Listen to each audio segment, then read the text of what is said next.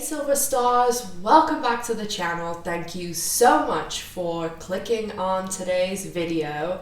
Today it's Monday morning. I've got my Bette Porter shirt on. Everything is right with the world. We are recapping the season 4 finale. So just before we get started, make sure that you're subscribed to the channel as we have a lot going on at the moment. The Christmas special Elwood Advent Calendar is coming out every single day, so make sure you don't miss a video and make sure you've got your notifications turned on because lots of season 2 news is coming out at the moment, so you want to make sure you're on top of that. If you haven't already watched my season 2 videos, I'll link them at the very end and in the cards above and down below. So if you've missed out on them, make sure you go and watch them as there's been quite a lot of season 2 news lately. And if at any point you enjoy the video, make sure to give it a thumbs up as it really helps out the channel. And if you subscribe and like, why not also comment, and then you'll be entered into a draw to win an Elwood goodie bag on Christmas Day. This is also your last opportunity to enter to win the Elwood Generation Q Season 1 on DVD, or if you already have the DVD or don't do DVDs, then, shirt, whatever you want. So make sure to comment down below and I will announce the winner in my Season 5 Episode 1 video. Now we've got all that out of the way, let's get into Season 4, Episode 12, also known as the season finale, Long Time Coming. So as we all know, there is the legendary sign scene in this episode, and I'm going to talk about that at the very end because I'm also going to throw in like a little bit of behind the scenes stuff and just talking about Kate, Leisha and Jennifer in general. So without further ado, let's start with Jenny. And yeah, Jenny, she has fully started her descent into diva Hollywood Jenny. Jenny goes and gets the adorable Sounder 2 in this episode. I used to have a dog that looked exactly like Sounder and it's just so cute. I love that dog. But obviously he's not trained very well at the moment. And in the beginning we see Tina trying to help Jenny, give her some screenwriting for dummies books and things, and Jenny is just not interested, and Tina actually tells a little white lie and tells her that a meeting is cancelled because Tina is going to try and get Jenny removed from the Les Girls project, which we know is about to kick off. And Jenny finds out that Tina was lying, and Jenny turns up at the meeting anyway, and it doesn't really help her case. Tina calls her see you next Tuesday, which unfortunately I cannot say on YouTube, but yes, that was a great moment and it's not the last time. We've got a few more of those coming in season 5, and I really wish they would have shown us Jenny being fired, because when we leave the scene, she hasn't been, and then when we go to the beach at the end, Jenny tells Shane she has, but I don't know why they didn't show that to us. But Jenny, we end at the season with her floating off into the ocean. So we'll see what happens to Jenny in season 5.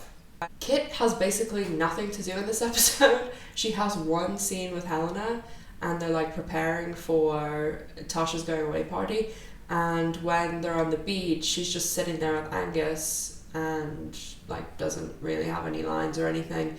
So, and also Angus, we never see him again after this episode, but he is not the only person we never see again after this episode. Shane in this episode is still with Paige, and they're looking to play kind of happy families. There's like a weird kind of like fantasy sequence with Shane and Paige, like intercut with them hooking up, and it was a weird kind of thing for the L Word too, because they were dressed like very like 1950s. Like Shane had like a very like Mad Men type style, and then Paige was like the typical housewife.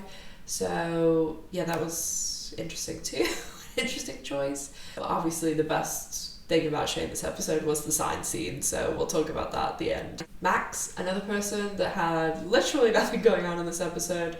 We had one brief scene where Bette, Shane and Alice are packing up the U-Haul van, lesbians packing up a U-Haul, to go to get the sign, and obviously Max has been very nice again and helped them and given Bette all these tools to use, and it's just, Max is so freaking nice to them all the time and they treat him so badly. It just, it kills me. But then we have this scene, and I don't normally talk too much about like how I feel towards the Max scenes. I've said I cannot say anything better than what is talked about in the movie Disclosure. So I know people are probably sick of me recommending it, but please, if you have not seen Disclosure, go and watch it. They talk about like a myriad of like trans characters and representation on TV, but they specifically talk about the Max character and, you know, the problems and the fact that like it was lesbian writers in a different time writing the character, and even the things that Max says in this scene about, you know, it's this irreversible decision, and it's not, but just go and watch Disclosure. It's so much better than anything I could say, and I just really, really recommend it because I agree with everything that's said in Disclosure, basically.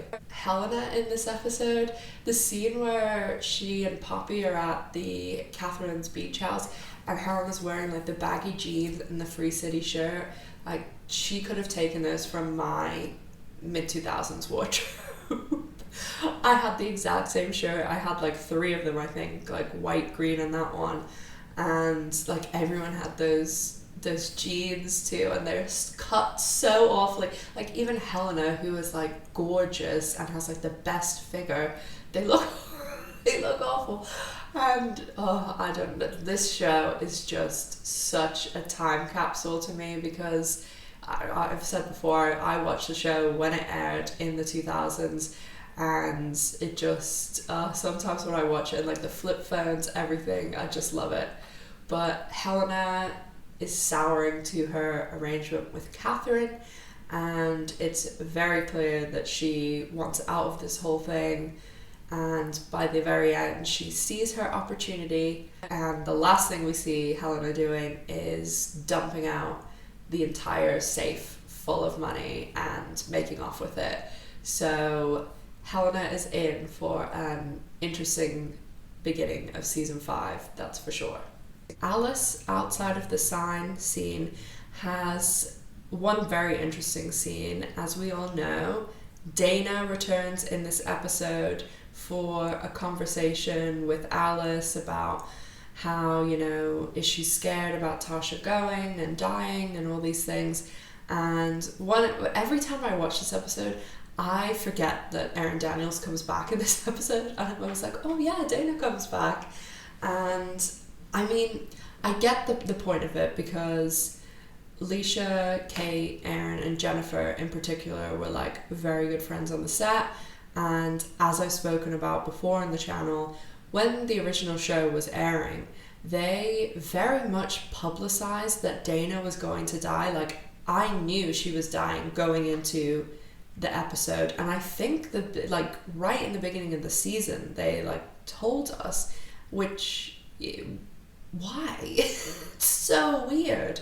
Why? It never made sense to me.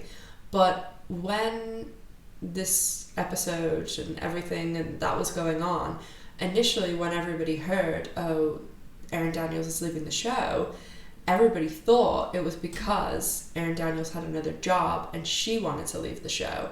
But that was absolutely not the case. She did not want to leave the show. And I know she's cleared that up since, because they were always really weird about people saying that. I remember Sarah Shahi there was like weird rumors and nobody knew if she left the show or what, but since then she's spoken out on the Pants podcast and she said, listen, like my contract was only for season 2 and 3, it wasn't renewed, like I moved on, that was it, there was no like nothing malicious about it. So now obviously they can clear these things up, but the Dana and Alice scene was nice, and I feel as though it was justified too, because Alice did lose like the big, like ever since we've known her anyway, her big love of her life, so it totally makes sense. And obviously at the time the war was actually going on, like this wasn't, you know, something fictionalized on TV. And anytime they talk about, you know, President Bush and all these things, and even like the Pink song at the end, and Bette was like, oh, you know, saying about being a morally bankrupt war, which yes it was. I kind of look at it and all I think is, you have no idea how bad it's gonna get. So on to, I'm going to talk a little bit about Tina, then Bette and Tina, then Bette, and then the sign. So Tina, we're really seeing boss babe Tina. I love this side of Tina. I wish season 5 Tina was the Tina throughout all the episodes, because she's just, you know, really strong, standing up for herself, not taking any crap from anyone, especially Jenny. And we have that scene at the beginning where Bette comes on the lot, and you can just see, like, I love when Tina writes the email too, because she just knows Bette so well, and Bette looks like so uncomfortable, but at the same time it's like you feel like she's processing, oh, Tina knows this about me because she knows me so well. And some of the things that Tina's saying, she's like, I obviously did them to Tina and I hurt her, and Jen reveals just again, why does this woman not have an Emmy or multiple Emmys? And then we get the absolute amazing scene at the house, especially when Joyce Wishney and Phyllis show up, and I hadn't realized, I guess I forgot that Phyllis and Tina hadn't actually met, and Joyce and Phyllis are like running off together. I loved that storyline, and I wish that we got more of it. I wish Phyllis and Joyce would come back in Generation Q and get, like, they've been together since. I would just love to see that, because I think I love the character of Joyce Wishney, and like I think she's great, but I think Jane Lynch is pretty busy at the moment. So Bette and Tina have this scene at the house where it just, you can just feel like the energy and tension, and Tina, and like when Bette's leaving, Tina like leans into a kiss, and like it's really quick, but then like Bette's leaning away and it's like so awkward, but then you're just like, what are you doing, Bette? Why are you leaving? And I think throughout the whole episode Bette's kind of oblivious to Tina's feelings, and it's really obvious to everyone else and Tina, like Tina and Kate, and you know, even like their friends and stuff, like Alice says when they're going to the sign, and Alice says it in kind of a flippant way, but you can tell that everybody realizes that Tina wants to get back, and like Bette just bats it away straight away, and it seems as though she doesn't realize anything until the phone call at the very end, and Tina just basically says to Bette under the shroud of say this to Jodie, but Tina just like lays it all on the line, and that is literally, I feel like that a stopwatch is set then, and it's just running down until Bette makes the move. Because when I originally watched this, I remember watching the season 4 finale, and I was so like, how can they leave us? How has nothing happened? And Tina's just said this, and then Bette kisses Jodie at the end, and it's a really long wait. I think we used to have to wait like 9 or 10 months usually because it would end around March, April, and then we would have to wait till like the next February. So it was so horrible, and in that time I thought, oh well, Tina is going to have to make the first move, because Bette's, you know, the one that's been her, and Tina left and all this stuff. But now I'm more like, no, Bette had to make the move, because Tina basically said to her, listen, I want you back and you're the one in the relationship, so it's up to you. And finally, one of the best scenes in L Word absolute history is the stealing of the 17 Reasons Why sign. And this sign, I know a lot of people probably know this, but this sign actually did exist from 1935 until 2002.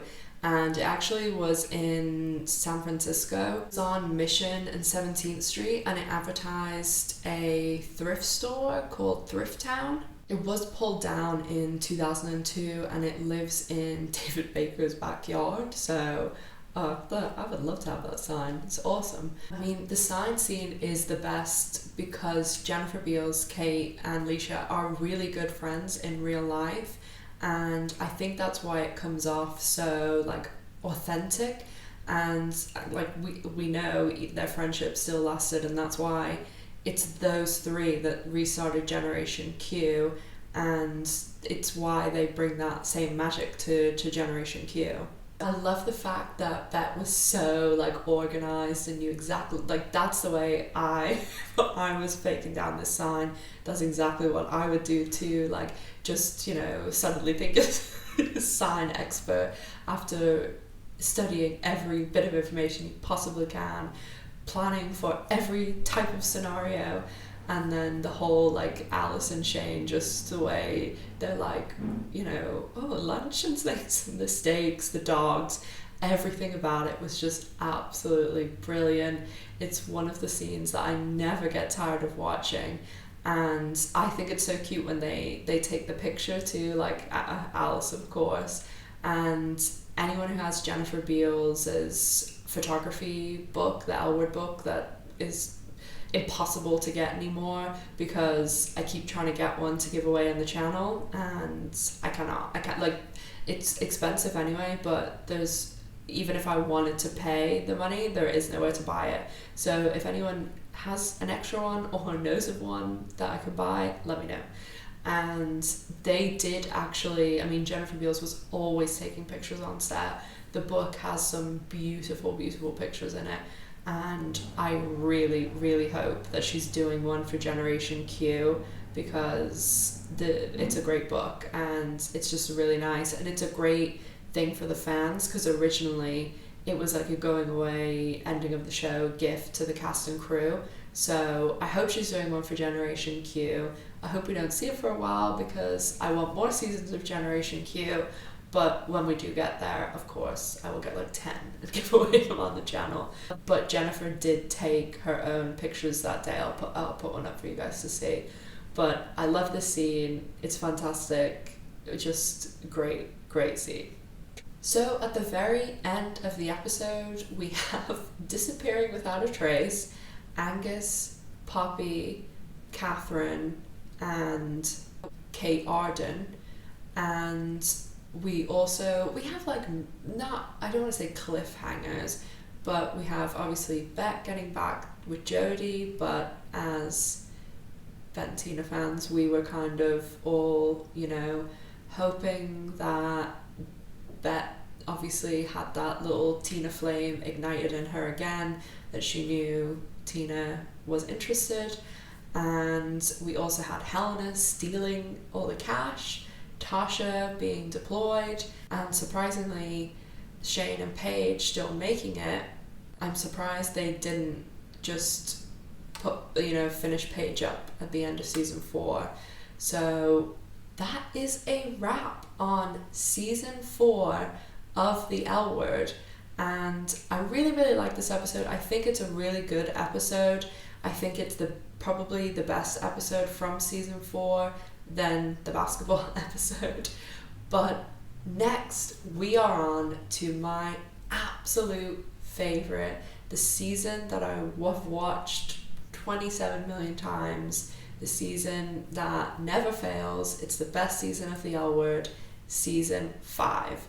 So obviously I'm continuing my videos every day for the L Word Advent calendar, and I'm gonna try and drop season 5 episode reviews 1, 2 and 3 from now the 14th until the 24th, and then on the 25th I really want the episode review to be Let's Get This Party Started episode 4, or if I do some more reviews I may put episode 6 Lights Camera Action, but we'll see where we get to.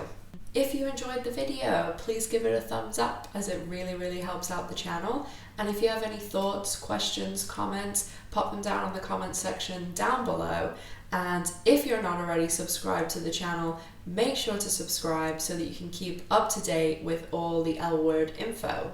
And if you want even more L Word info, don't forget to follow me on all of my social medias.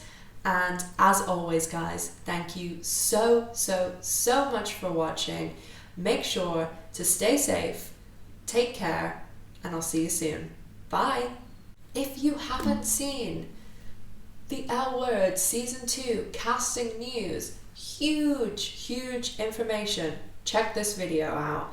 And if you haven't seen all the behind the scenes info on the L Word, check this video out.